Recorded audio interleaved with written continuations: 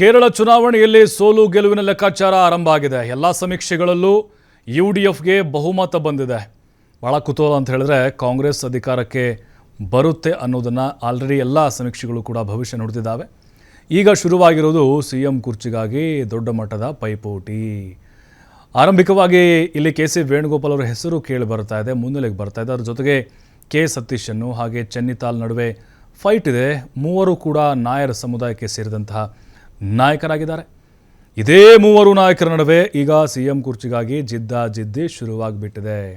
ಹಾಗಾದರೆ ಯಾರಿಗೆ ಸಿಎಂ ಪಟ್ಟ ಕಟ್ಟುವಂಥ ಸಾಧ್ಯತೆಗಳಿದ್ದಾವೆ ನೋಡಿ. ಕೆ.ಸಿ. ವೇಣುಗೋಪಾಲ್ ಹೈಕಮಾಂಡ್ ಲೆವೆಲಲ್ಲಿ ಬಹಳ ಪ್ರಭಾವಿ ನಾಯಕರಾಗಿ ಗುರುತಿಸ್ಕೊಂಡಿದ್ದಾರೆ. AICC ಪ್ರಧಾನ ಕಾರ್ಯದರ್ಶಿ ಕೂಡ ಆಗಿದ್ದಾರೆ. ರಾಹುಲ್ ಗಾಂಧಿ, ಮಲ್ಲಿಕಾರ್ಜುನ್ ಖರ್ಗೆ ಬಿಟ್ಟರೆ ವೇಣುಗೋಪಾಲ್ ಅವರ ಮಾತು ವೇದವಾಕ್ಯ ಕಾಂಗ್ರೆಸ್ನಲ್ಲಿ. ಅವರೇ ಸುಪ್ರೀಂ ಲೀಡರ್ ಅಂತೇಳಿ ಗುರುತಿಸ್ಕೊಂಡಿದ್ದಾರೆ. ಸೋನಿಯಾ ಗಾಂಧಿ ಅವ್ರ ಜೊತೆಗೂ ಕೂಡ ಉತ್ತಮ ಒಡನಾಟವನ್ನು ಹೊಂದಿದ್ದಾರೆ.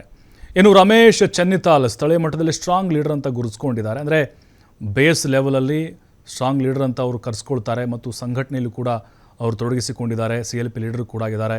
ಪ್ರತಿಪಕ್ಷ ನಾಯಕರಾಗಿ ಕೂಡ ಗುರುತಿಸ್ಕೊಂಡಿದ್ದಾರೆ ಅವರು. ಈತ ಕೆ ಸತೀಶನ್ ಕೇರಳ ಕಾಂಗ್ರೆಸ್ನಲ್ಲಿ ಉತ್ತಮ ಚತುರ ಅಂಥೇಳಿ, ಅಂದರೆ ಸಂಘಟನೆ ಮಾಡುವಲ್ಲಿ ಉತ್ತಮ ಚತುರ ಅನ್ನುವಂಥ ಹೆಸರು ಕೂಡ ಅವ್ರಿಗಿದೆ. ಜೊತೆಗೆ ಪಕ್ಷವನ್ನು ಸದೃಢಗೊಳಿಸುವಲ್ಲಿ ಶ್ರಮವನ್ನು ಹಾಕಿದ್ದಾರೆ ನಿರಂತರವಾಗಿ ಸತೀಶನ್. ಪ್ರತಿಪಕ್ಷದ ನಾಯಕರಾಗೂ ಕೂಡ ಸೇವೆ ಸಲ್ಲಿಸಿದ್ದಾರೆ ಇವರು. ಪಕ್ಷದ ಅಧ್ಯಕ್ಷರಾಗಿಯೂ ಕೂಡ ಪ್ರಭಾವಿಯಾಗಿದ್ದರು ಸತೀಶನ್.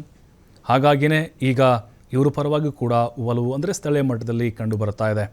ಇನ್ನು ವೇಣುಗೋಪಾಲ್ ಪರ ಬಹುತೇಕ ನಾಯಕರ ಬೆಂಬಲ ಇದೆ ನೋಡಿ. ಹೈಕಮಾಂಡ್ ಮಟ್ಟದಲ್ಲೂ ಕೂಡ ಒಳ್ಳೆಯ ಒಂದು ಸಂಬಂಧ ಹೊಂದಿರೋದ್ರಿಂದಾಗಿ ಅಲ್ಲೂ ಕೂಡ ಅವರಿಗೆ ಕೃಪಾ ಕಟಾಕ್ಷ ಇದೆ.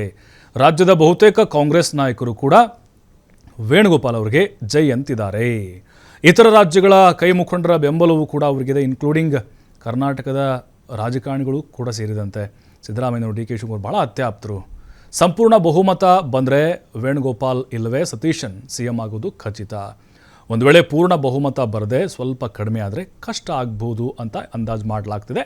ಆಗ ಮತ್ತೊಂದು ಪಕ್ಷದ ಬೆಂಬಲ ಅನಿವಾರ್ಯವಾಗುತ್ತೆ. ಯಾಕಂದರೆ UDF ಯುನೈಟೆಡ್ ಡೆಮೊಕ್ರೆಟಿಕ್ ಫ್ರಂಟ್ ಆ ಒಂದು ಮೈತ್ರಿ ಇದೆ ಅಲ್ವಾ, ಅದರಲ್ಲಿ ಯೂನಿಯನ್ ಮುಸ್ಲಿಂ ಲೀಗ್ ಸಪೋರ್ಟ್ ಬೇಕೇ ಬೇಕಾಗುತ್ತೆ.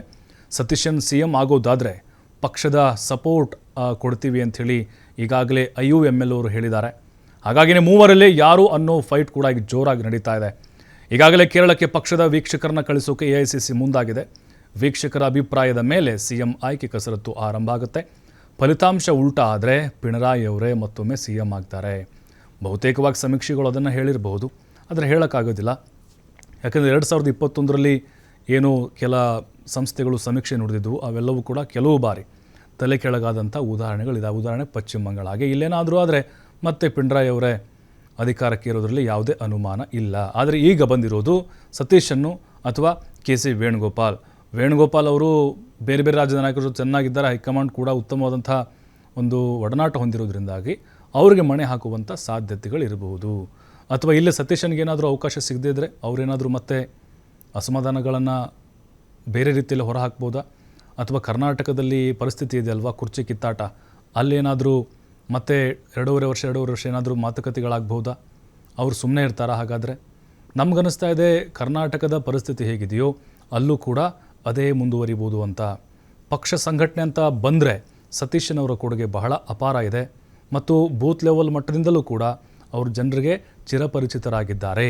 ಕೆ.ಸಿ. ವೇಣುಗೋಪಾಲ್ ಸ್ಥಳೀಯವಾಗಿ ಅಷ್ಟೊಂದು ಜಾಸ್ತಿ ಇವ್ರ ಥರ ಗುರುಸ್ಕೊಂಡಿದ್ದರೂ ಕೂಡ ಹೈಕಮಾಂಡ್ ಮಟ್ಟದಲ್ಲಿ ಉತ್ತಮವಾದಂಥ ಟಚ್ ಇರೋದ್ರಿಂದಾಗಿ ಅವ್ರಿಗೂ ಕೂಡ ಅವಕಾಶ ಸಿಗ್ಬೋದು.